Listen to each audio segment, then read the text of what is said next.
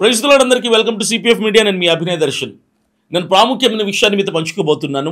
చాలామంది ఎదురు చూస్తున్నారు, అభినయ్ దర్శన్ గారు పొలిటికల్ పార్టీని స్థాపించబోతున్నారు కదా, ఎందుకు పార్టీ పెడుతున్నాం, పార్టీ పేరేంటి, ఎప్పుడు పార్టీ ప్రజల్లోకి రాబోతుంది, ఇవి చాలా సందేహాలు, చాలా ప్రశ్నలు మీకున్నాయి. ఈ ప్రశ్నలకు సందేహాలకు వివరణ ఇస్తా. మొట్టమొదటిగా పార్టీ పేరు చెప్పబోతున్నా.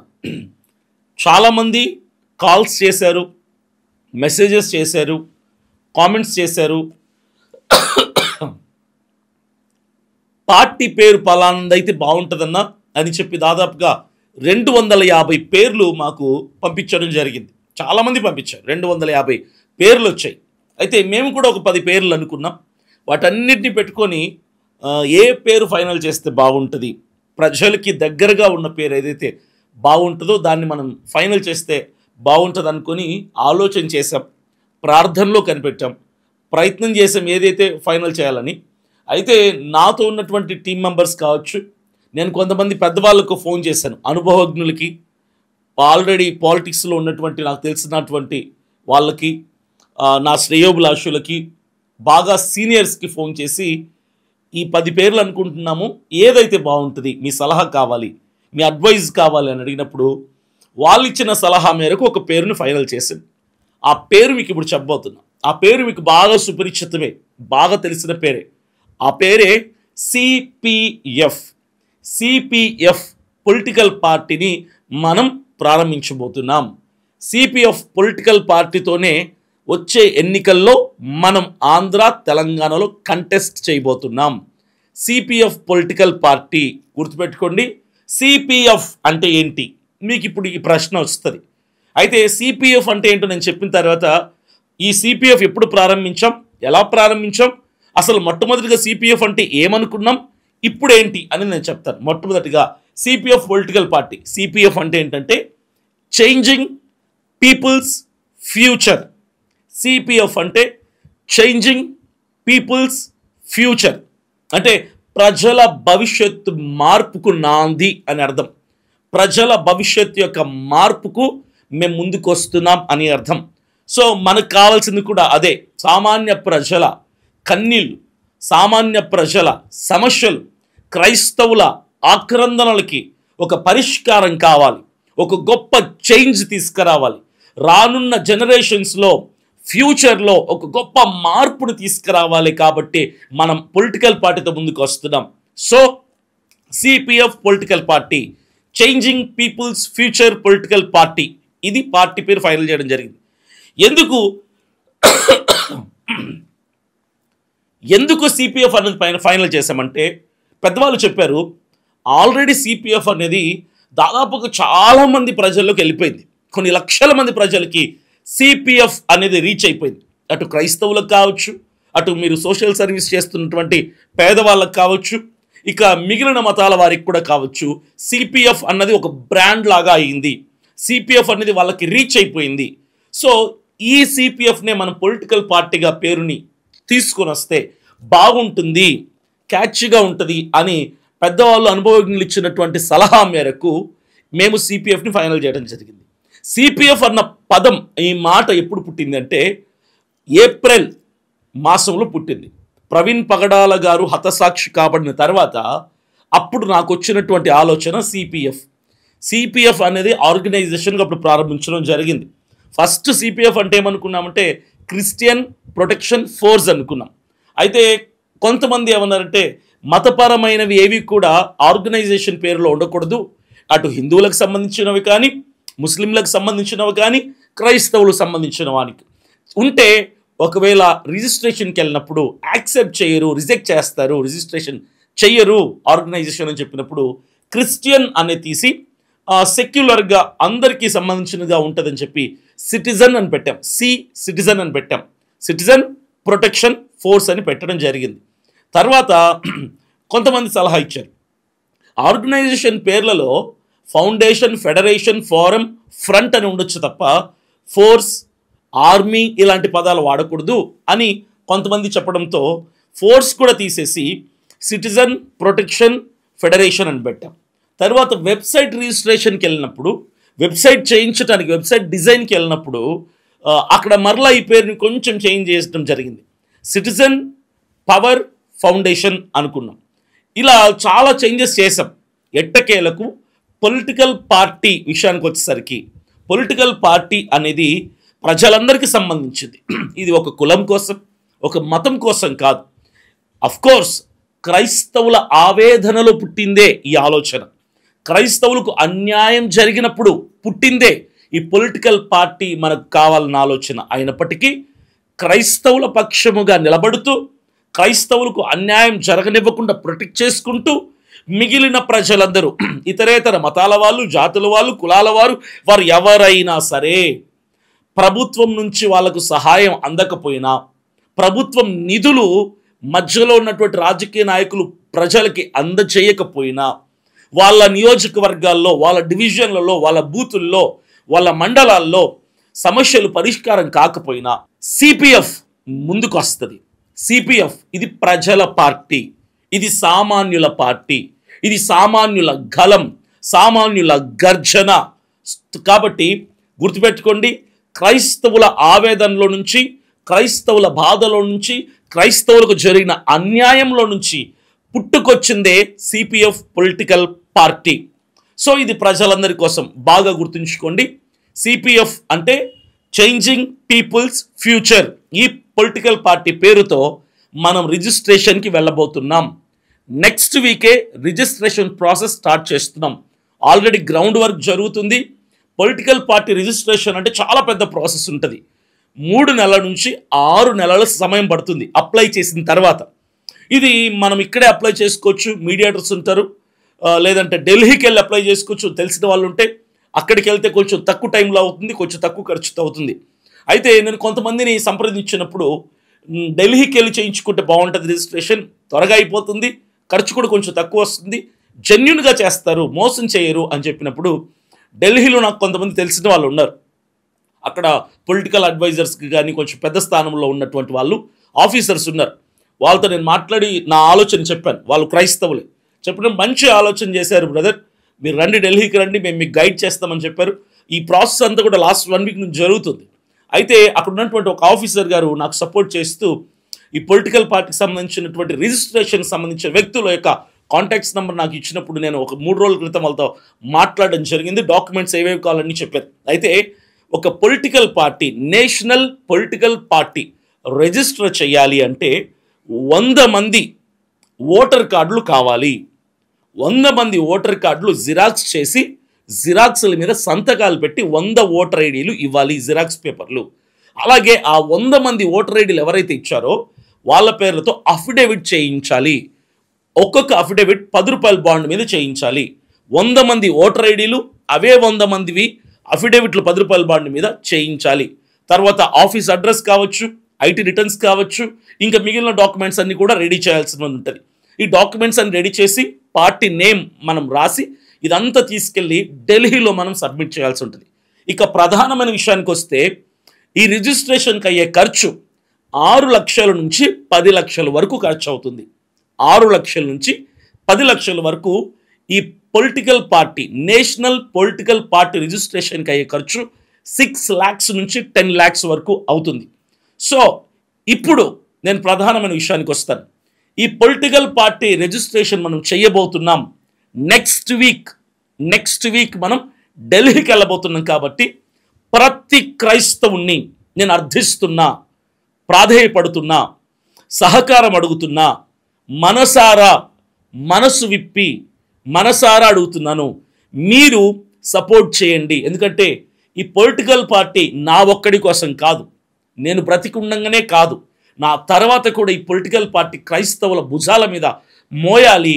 ఈ క్రైస్తవ మతం కోసమే వీళ్ళు పోరాడతారని కాకుండా క్రైస్తవులు సమాజం అంతటి కోసం నిలబడతారు అన్నది మనం క్రీస్తు ప్రేమ ద్వారా తెలియాల్సినటువంటి బాధ్యత కలిగిన వాళ్ళమై ఉన్నాం. కాబట్టి ఈ పొలిటికల్ పార్టీ అభినయ్ దర్శన్ది కాదు.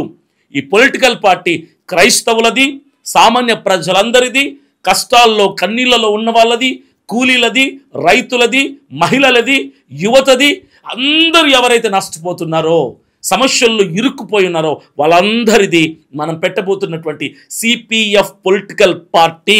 ఈ పొలిటికల్ పార్టీని మనం రిజిస్టర్ చేసిన తర్వాత ఇక ప్రజల మధ్యలోకి వెళ్ళబోతున్నాం. ప్రతి నియోజకవర్గానికి వస్తాం, ప్రతి మండలానికి వస్తాం, ప్రతి డివిజన్కి వస్తాం, ప్రతి బూత్ ఏరియాకి వస్తాం, ప్రతి ఓటరుతో మాట్లాడతాం. ఆ నియోజకవర్గాల్లో, ఆ మండలాల్లో, ఆయా ప్రాంతాల్లో, ఆయా గ్రామాల్లో ఏ సమస్యలు ఉన్నాయి, రైతుల సమస్యలేంటి, నిరుపేదల సమస్యలేంటి, కూలీల సమస్యలేంటి, మహిళల సమస్యలేంటి, యువత సమస్యలేంటి, రోడ్లు ఉన్నాయా, డ్రైనేజీ ప్రాబ్లమ్స్ లేవా, వాటర్ ప్రాబ్లం ఉందా, ఇవన్నీ కనుక్కొని ప్రజల తరపున నిలబడి పోరాడతాం. పార్టీ రిజిస్ట్రేషన్ అయిపోయిన తర్వాత ప్రజల్లోకి వెళ్తాం. దానికంటే ముందు కూడా కాస్త గ్రౌండ్ వర్క్ చేస్తాం. అదంతా కూడా మీరు మన సిపిఎఫ్ మీడియా యూట్యూబ్ ఛానల్ ద్వారా మీకు ప్రతిదీ మేము కనపరుస్తూ ఉంటాం. అయితే ఇప్పుడు ప్రధానమైంది నేను ఏమడుగుతున్నానంటే, మీరందరూ హెల్ప్ చేయండి. క్రైస్తవ సమాజమా, క్రైస్తవులారా, మీరందరూ గుప్పిళ్ళు విప్పండి. నాకు ఎక్కువ అమౌంట్ వద్దు, 10 లక్షల రూపాయల వరకు మనకు సహాయం అందితే చాలు. ఢిల్లీకి దాదాపుగా 5-6 సార్లు వెళ్లాల్సి ఉంటుంది. రిజిస్ట్రేషన్ ప్రాసెస్ అయ్యే వరకు 6 నెలల వరకు చాలా పనులు ఉన్నాయి. కాబట్టి మీరందరూ గుప్పిళ్ళు విప్పి, నేను ఎంత అడుగుతాను అనుకుంటున్నారు కదా, ఏం లేదు, మీరు చాయ్ పైసలు ఇస్తే చాలు.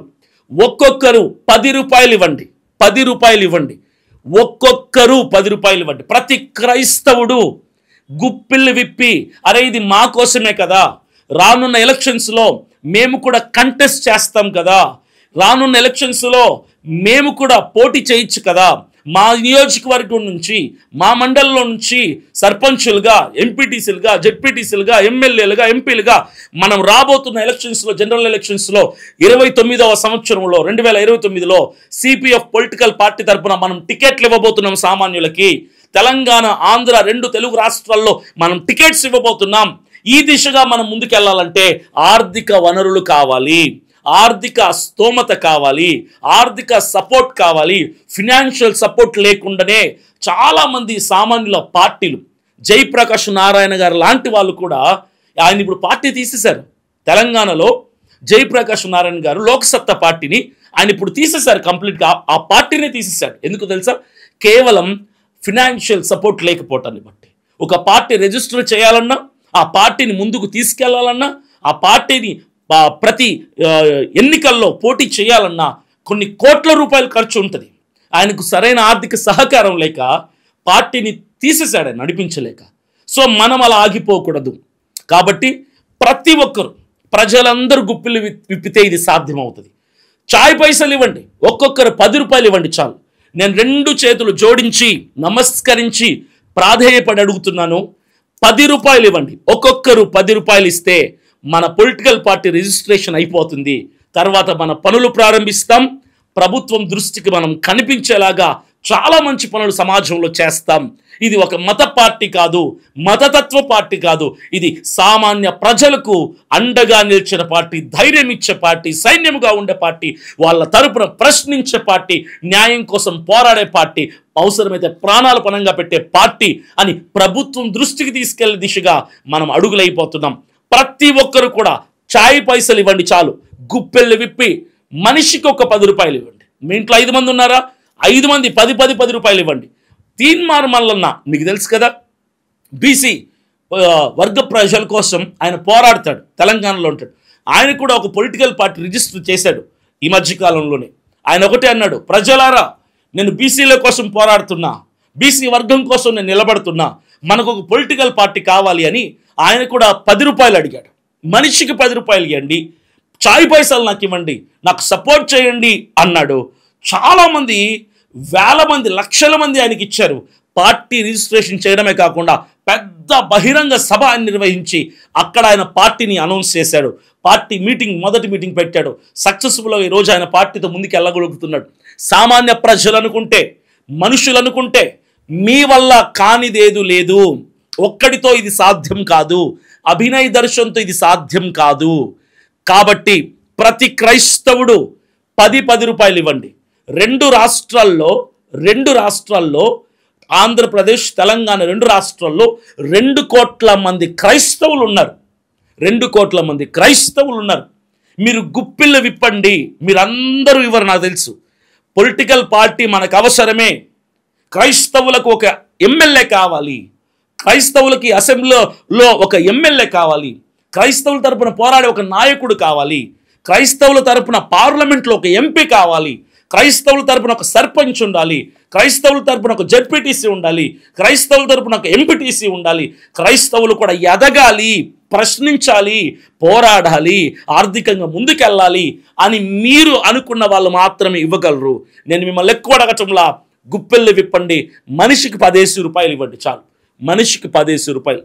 రిజిస్ట్రేషన్కి అయ్యే ఖర్చు 6 లక్షల నుంచి 10 లక్షల రూపాయలు. ఈ క్రైస్తవులే కాదు, సామాన్య ప్రజలకు నేను అడుగుతున్నా, మీకు సామాన్యుల తరపున మేము పోటీ చేయబోతున్నాం, రాబోతున్నాం, సామాన్యులకి అవకాశం ఇవ్వబోతున్నాం వచ్చే ఎలక్షన్స్లో. మీరు నమ్మితే గుప్పిళ్ళు విప్పి 10 రూపాయలు, మీ చాయ్ పైసలు ఇవ్వండి చాలు, అంతకంటే ఎక్కువ అవసరం లేదు. 10,000 మంది 20,000 మంది పంపించిన పార్టీ రిజిస్ట్రేషన్ పూర్తి అయిపోతుంది. పార్టీ రిజిస్ట్రేషన్ తర్వాత ప్రతి నెల మన పార్టీ పనులు జరగాలంటే మనం ప్రతి నియోజకవర్గంలో వెళ్ళి ఒక్కొక్క నెల మన టీంతో అక్కడ పనిచేయాలంటే ప్రతి నియోజకవర్గంలో, ప్రతి మండల్లో, ప్రతి డివిజన్లో మన సిపిఎఫ్ వాలంటీర్స్ని మనం రైజ్ చేయాలి, కమిటీస్ని రైజ్ చేయాలి, లీడర్స్ని నిలబెట్టాలి. ఇవంతా చాలా పెద్ద పనులు కాబట్టి ప్రతి నెల ఈ పార్టీ రన్ అవ్వటానికి ప్రతి నెల మనకు మినిమం అయ్యే ఖర్చు 50 లక్షల రూపాయలు అవుతుంది. ఇది నాతో కాదు, నా ఫ్యామిలీతో కాదు, మనమందరం చెయ్యి కలిపితే ఎవ్వరు 100,000, 1,000, లక్షలు కాదు, ఒక్కొక్కరు 10 రూపాయలు ఇచ్చినా కూడా మన పార్టీ విజయవంతంగా వచ్చే ఎన్నికల్లో, నేను మాటిస్తున్నా, నేను హామీ ఇస్తున్నా, వచ్చే ఎన్నికల్లో అసెంబ్లీలో 5 క్రైస్తవ ఎమ్మెల్యేలు ఉండేలాగా నేను కష్టపడబోతున్నా. ఇంటిని వదిలిపెట్టి రోడ్ల మీదకి వచ్చేస్తాను. రోడ్ల మీదకి వచ్చి నిద్ర లేకపోయినా, తిండి లేకపోయినా ఎలాగైనా కనీసం 5 మంది ఎమ్మెల్యేలని అసెంబ్లీలో కూర్చోపెట్టే దిశగా నేను నా సాయి శక్తులా, శక్తి వంచన లేకుండా, శక్తి లోపం లేకుండా నేను కష్టపడతానని మీ అందరికీ హామీ ఇస్తున్నా. సో సపోర్ట్ చేయండి. ఇంకా ప్రధానమైనటువంటి ఒక ప్రశ్నకు నా సమాధానం చెప్తా. మీలో చాలామంది ఉంటారు, డబ్బులు లేనోడు నువ్వెందుకు నా పార్టీ పెడతావు, డబ్బులు లేనోడు నువ్వెందుకు డబ్బులు పంచుతున్నావు పేదోళ్ళకి, డబ్బులు లేనప్పుడు నోరు మూసుకుని ఇంట్లో కూర్చోవచ్చు కదా. ఇది చాలామంది అడిగే ప్రశ్న. వీళ్ళందరికీ నా సమాధానం సూటిగా ఒకటి చెప్తున్నా. రెస్టారెంట్కి మీరు వెళ్తారు కదా, ఒక రెస్టారెంట్కి వెళ్ళినప్పుడు ఆ హోటలోడు వండుతాడు, బ్యారర్ వడ్డిస్తాడు, మీరు తింటారు. తినింది మీరు కాబట్టి మీ కష్టార్జితంలో నుంచి రెస్టారెంట్లో బిల్లు కడతారు. హోటల్లోడు వండాడు, వడ్డించాడు కాబట్టి వాడు డబ్బు తీసుకోవడానికి అర్హుడు. కింద చివరిలో ఒకటి ఉంటుంది జిఎస్టీ అని. ఆ జిఎస్టీ ఎవరికి కడుతున్నారు? ఎవరికి? ప్రభుత్వానికి. రోడ్డు మీద ట్రావెల్ చేసినప్పుడు టోల్ గేట్స్ కడుతున్నారు, ఫాస్ట్ ట్యాగుల పేరుతో రోడ్డు ట్యాక్స్ కడతారు. 100, 150, 200, 350 కడతారు. ఎవరికి? ప్రభుత్వానికి. డీజిల్ మీది, పెట్రోల్ మీది, బండి మీది, తిరిగేది మీరు, కానీ రోడ్ ట్యాక్స్ కడతారు. బట్టలు కొంటారు షాపింగ్ మాల్స్కి వెళ్ళి, జిఎస్టీ ట్యాక్స్ కడతారు గవర్నమెంట్కి. కొన్నది మీరు, అమ్మింది వాడు, గవర్నమెంట్కి ట్యాక్స్ కడుతున్నాం. ఎందుకు కడుతున్నాం? సరే, ఇలా ప్రతిదీ ఏది కొన్నా గవర్నమెంట్కి ట్యాక్స్ కడుతున్నాం. ఎందుకు కడుతున్నాం? ఎప్పుడన్నా అడిగావా? అడగాల్సిన అవసరం లేదు. ఎందుకంటే ఈ ప్రభుత్వం నడవాలంటే ప్రజలిచ్చే నిధులతోనే నడవాలి ప్రభుత్వం. నువ్వు నేను జిఎస్టీ కట్టడం మానేస్తే ప్రభుత్వం ముందుకు నడవదు, నిధులు ఉండవు. ఈరోజు ఒక నవరత్నాలని, ఒక సూపర్ 6 అని, ఆ పథకాలు ఈ పథకాలని, ఫ్రీ బస్సులని, ఫ్రీ ఆటోలని, మహిళలకు ప్రతి నెల ఇంత డబ్బులు ఇస్తామని, వృద్ధులకు పెన్షన్లని, చిన్నపిల్లలకి ఎడ్యుకేషన్కి కావాల్సిన ప్రతి నెల ఇంత డబ్బులు ఇస్తామని చెప్పి రకరకాల పథకాలు, ఉచితమైన పథకాలు, సూపర్ 6లు, నవరత్నాలు, ఇట్లా ఏ అధికారంలో ఉన్న పార్టీ అప్పటికే తీసుకుని వస్తుంది కదా. ఎక్కడి నుంచి వస్తున్నాయి డబ్బులు పంచడానికి? ఫ్రీ బస్ ఎలా వచ్చింది? రాజకీయ నాయకులు ఏమన్నా వాళ్ళ ఇంట్లో ఉన్న బ్యాంకులో దాచుకున్న డబ్బులు తెచ్చి పెడుతున్నారా? వాళ్ళ స్థలాలు పొలాలు అమ్మి తెచ్చి పెడుతున్నారా? ఎవరి డబ్బదంతా? ఒక సూపర్ 6 అయినా, నవరత్నాలైనా, పెన్షన్లైనా, ఫ్రీ బస్సులైనా ఎక్కడి నుంచి వస్తున్నాయి ఇవన్నీ? నువ్వు ఇచ్చే డబ్బే, నేను ఇస్తున్న జిఎస్టీ, మనం కడుతున్న పన్నులే ప్రభుత్వానికి నిధులు. అది గుర్తుపెట్టుకోండి. అంటే ఒక గవర్నమెంట్ నడవాలి అంటే ప్రజలు ఇచ్చే డబ్బుతో నడవాలి. ప్రజల డబ్బే తీసుకుంటారు, ప్రజలకే సహాయం చేస్తారు. ప్రజల డబ్బే తీసుకుంటారు, ప్రజలకే నిధులను ఇస్తారు. ఒక ఆర్గనైజేషన్ విషయానికి వస్తే, అంటే ఒక ట్రస్ట్, ఒక చారిటీ విషయానికి వస్తే ఆర్ఫనైజులు ఉన్నాయి, ఓల్డేజ్ హోమ్లు ఉన్నాయి, ఇలా చాలా ఉన్నాయి. ఇవన్నీ నడిచేది ఎలాగ నడుస్తాయంటే వాళ్ళ సొంత డబ్బులు తీసి వాళ్ళ సొంత ఆస్తులు అమ్మి గోల్డ్ లోన్లు తీసుకొని పెట్టరు. ప్రజలు ఇచ్చే డబ్బుతోనే ఒక ఆర్ఫనైజ్ రన్ చేస్తారు, ప్రజలు ఇచ్చే సహాయంతోనే ఒక ఓల్డేజ్ హోమ్ రన్ చేస్తారు. ఒక చారిటీ, ఒక ఆర్గనైజేషన్, ఒక ట్రస్ట్ నడవాలంటే ప్రజల డబ్బుతో నడుస్తుంది. అదే పద్ధతి. ఒక మంచి పని చేయాలి ప్రజలకు అనుకున్నప్పుడు ప్రజలని డబ్బు అడగడం తప్పు కాదు. కొంతమంది నన్ను బెగ్గర్ అంటున్నారు, కొంతమంది ఆన్లైన్ బెగ్గర్ అంటున్నారు. అరే బెగ్గర్ అంటే నేను ఒకటే అర్థం చెప్తా. బెగ్గర్ అంటే ఎవడో తెలుసా? తన పొట్ట కూటి కొరకు అడుక్కునేవాడు బెగ్గర్. తన కడుపు నింపుకోవటానికి, తన కుటుంబానికి కడుపు నింపుకోవడానికి చెయ్యి చాపి డబ్బు అడిగేవాడు, సాయం అడిగేటోడు బెగ్గర్. బెగ్గర్ అంటే అర్థం తెలుసుకుని తర్వాత మాట్లాడండి. అభినయ్ దర్శన్ ఎప్పుడు తన కడుపు నింపుకోవడానికి డబ్బులు అడగల, నా కారులో డీజిల్ వేసుకోవడానికి డబ్బులు అడగల, నా తల్లిదండ్రులకి, నా చెల్లెళ్ళకి, నా కుటుంబీకులకి కడుపు నింపుకోవడానికి డబ్బులు అడగల. నేను డబ్బులు అడిగింది ఎందుకు తెలుసా? సిపిఎఫ్ సపోర్ట్ చేయడానికి. ప్రతి నెల 5 మందికి మనం పేదవాళ్ళను గుర్తించి అనారోగ్యంలో ఉన్న వాళ్ళకి, నిరుపేదలకి, దుస్తులు లేని వాళ్ళకి సహాయం చేస్తున్నాం. 4,000, 5,000, 10,000 చొప్పున ప్రజల నుంచి తీసుకొని ప్రజలకు సహాయం చేస్తున్నాం. ఇది బెగ్గింగ్ కాదు, ఇది సహాయం కోరటం, సహాయం చేయటం. ఒక గవర్నమెంట్ అయినా చేసేది అదే, ఒక చారిటీ అయినా చేసేది అదే, ఒక ట్రస్ట్ అయినా చేసేది అదే, ఒక ఆర్ఫనైజ్ అయినా చేసేది అదే, ఒక ఓల్డేజ్ హోమ్ చేసేది అదే. ఎవరైనా అదే చేస్తారు. ప్రజలకు సహాయం చేయాలంటే ప్రజల్ని డబ్బు అడగాల్సిందే. ఎందుకంటే కూర్చొని తింటే కొండలైన తరిగిపోతాయన్న సామెత మీరు విన్నారా? ఇప్పుడు అభినయ్ దర్శన్ వెనక ఒక 1,00,000 కోట్లు ఉందనుకోండి ఆస్తి. ఆ 1,00,000 కోట్లను పంచడం మొదలు పెడతా ఒక 2-3 సంవత్సరాలకు అయిపోద్ది. తర్వాత ఆయన అడగాల్సిందే కదా. ఇప్పుడు అభినయ్ దర్శన్ ఏమీ లేనివాడు, నా దగ్గర ఏమీ లేదు. కానీ ఒక్కసారి నా యూట్యూబ్ ఛానల్ చూడండి మీరు. సిపిఎఫ్ సపోర్ట్ అనే యూట్యూబ్ ఛానల్ ఉంది నాది, చూడండి. ఈ నవంబర్ మాసంలో 15 కుటుంబాలకి, ఒక్కొక్క కుటుంబానికి 4,000 రూపాయల డబ్బులు ఇస్తున్నాం. నిరుపేదలు పూట గడవని వాళ్ళకి ఎక్కడి నుంచి వస్తుంది డబ్బులు? ఈ నెల 15 మందికి 4,000 రూపాయలు అంటే ఎంత డబ్బులో తెలుసా మీకు? 60,000 రూపాయలు ఇస్తున్నాం. ఎక్కడి నుంచి వస్తుంది? నా ఆస్తులు నాకేమన్నా బ్యాంకు బ్యాలెన్స్ ఉందా? బంగారు ఉందా?